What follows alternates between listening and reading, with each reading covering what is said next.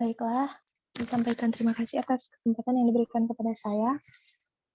Perkenalkan, nama saya Stefania Esther dengan NIM 2914-19004. Untuk kesempatan kali ini, saya akan mempresentasikan tentang analisis framing pemberitaan etnis Tionghoa.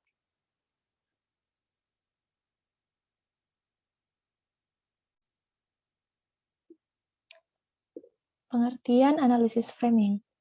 Analisis framing dipakai untuk membedah cara-cara atau ideologi media saat mengkonstruksi fakta. Dengan kata lain, framing adalah pendekatan untuk mengetahui bagaimana perspektif atau cara pandang yang digunakan oleh wartawan ketika menyeleksi isu dan menulis berita. Analisis data. Peneliti akan menganalisis data berdasarkan model framing Edman. Menurut Edman, framing dalam berita dilakukan dengan 4 cara, yakni yang pertama, pada identifikasi masalah atau problem identification, yaitu peristiwa dilihat sebagai apa dan dengan nilai positif atau negatif apa. Yang kedua, yaitu pada identifikasi penyebab masalah atau causal interpretation, yaitu siapa yang dianggap penyebab masalah. Dan yang ketiga, pada evaluasi moral atau moral evaluation, yaitu penilaian atas penyebab masalah.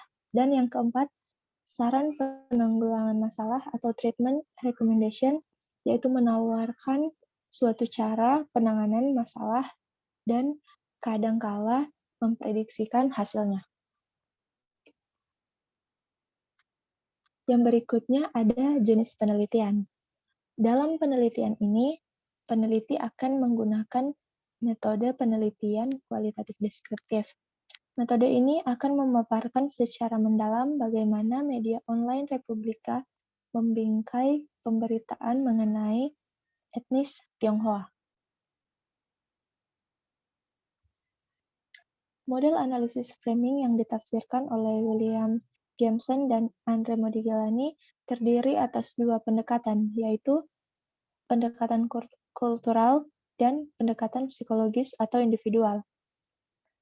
Pendekatan kultural.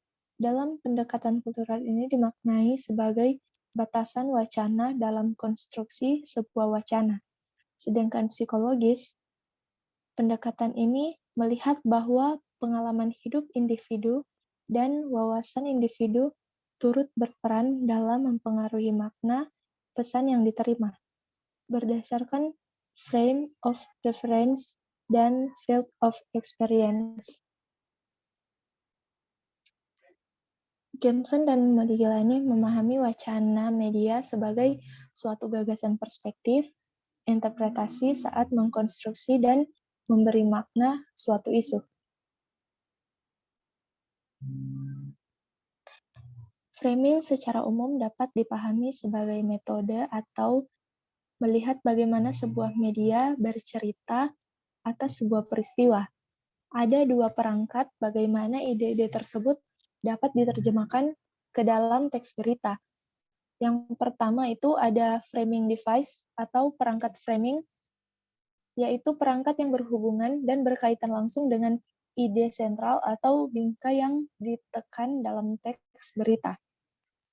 Yang kedua itu ada reasoning device atau perangkat penalaran, yaitu sebuah gagasan yang tidak hanya berisi kata atau kalimat, ataupun gagasan, itu juga selalu ditandai oleh dasar pembenar tertentu, alasan tertentu, dan sebagainya.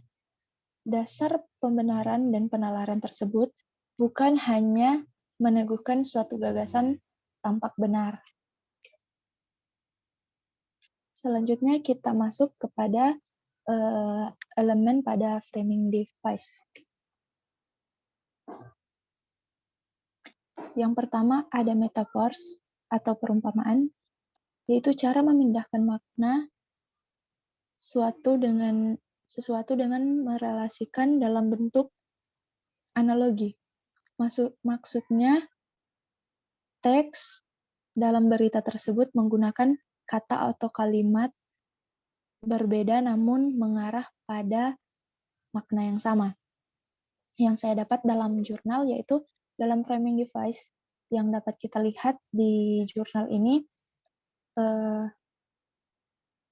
pemberitaan etnis Tionghoa dalam media online Republika dan terdapat dalam bagian abstrak pada jurnal tersebut tertulis bahwa pemberitaan mengenai etnis Tionghoa yang berkaitan dengan peringatan Tahun Baru Imlek ini dibingkai oleh Republika berdasarkan ideologi media yang dimiliki, yaitu melalui Islam yang menunjukkan keterbukaan pluralisme. Dan yang kedua ada catchphrases dalam framing device yang dapat kita lihat dari judul jurnal ini saja bahwa jurnal ini sedang membicarakan tentang pemberitaan etnis Tionghoa dalam media online Republika. Dalam bagian abstrak di jurnal ini tertulis pemberitaan mengenai etnis Tionghoa berkaitan dengan peringatan Tahun Baru Imlek ini dibingkai oleh Republika berdasarkan ideologi media yang dimiliki yaitu melalui Islam yang menunjukkan keterbukaan dan pluralisme.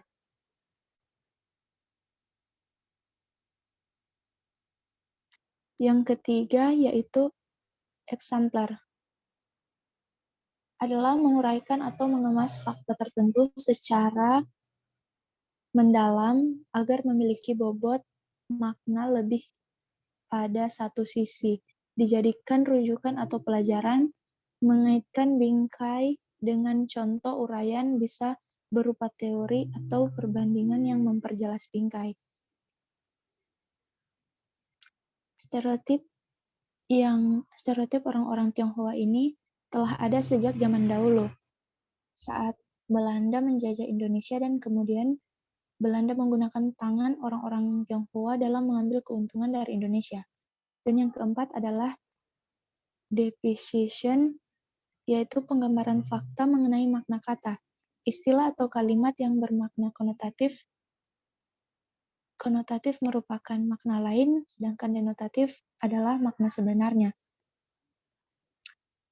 Dalam jurnal yang saya dapat, yaitu hingga saat ini orang-orang Tionghoa tidak pernah lepas dari label pedagang, bahkan sejarah mencatat bahwa orang-orang Tionghoa dianggap menjadi penyebab ekonomi Indonesia menjadi tidak stabil. Dan yang kelima yaitu visual image. Pemakaian foto, diagram, grafis, kartun, dan sejenisnya untuk mengekspresikan pesan, misalnya menggunakan huruf besar, tebal, miring, atau garis bawah, dan menggunakan berbagai macam warna. Pengguna visual image ini juga untuk menarik perhatian karena jika teks berita monoton, nantinya orang akan kurang minat dalam membaca berita tersebut. Seperti yang dapat kita lihat pada tabel yang ada di jurnal yang telah saya analisis, ini peneliti menemukan ada beberapa penonjolan stereotip dari etnis Tionghoa yang dapat kita lihat pada halaman ke-7 dari jurnal ini. Selanjutnya kita masuk ke dalam elemen reasoning device, yaitu yang pertama ada roots. Roots merupakan analisis kausal dengan mengedepankan hubungan yang melibatkan suatu objek atau lebih yang dianggap sebagai penyebab terjadinya hal lain, atau sering kita sebut sebagai sebab akibat. Etnis Tionghoa dianggap sebagai orang-orang yang memegang teguh tradisi, dilihat dari perayaan Imlek. Cara orang-orang Tionghoa dalam melakukan Imlek masih mengikuti tradisi dari leluhur yang dipercayai. Dalam menyambut tahun baru, mereka akan berdoa kepada para dewa-dewa dan merayakan dengan meriah menggunakan beragam pernak-pernik serta membagi-bagikan angpau. Yang selanjutnya yaitu appeal to principle. Upaya memberikan alasan pembenaran dengan memakai logika dan prinsip moral untuk mengklaim sebuah kebenaran saat membangun wacana. Atau seperti pepatah, cerita rakyat, mitos, maupun ajaran. Republika melihat dalam merayakan Imlek, pernak-pernik pasti akan ramai dibeli, karena menjadi tradisi dan juga karena profesi umum mereka sebagai pedagang. Dari analisis framing pada saat ini, saya menarik kesimpulan, yaitu analisis framing merupakan bagaimana cara media mengkonstruksi kembali isu-isu dari sebuah peristiwa dengan memilih mana saja isu yang akan ditonjolkan atau mana saja yang akan dihilangkan dari peristiwa tersebut. Baiklah, sekian presentasi dari saya. Jika ada kesalahan dalam pengucapan, saya mohon maaf. Sekian dari saya, terima kasih.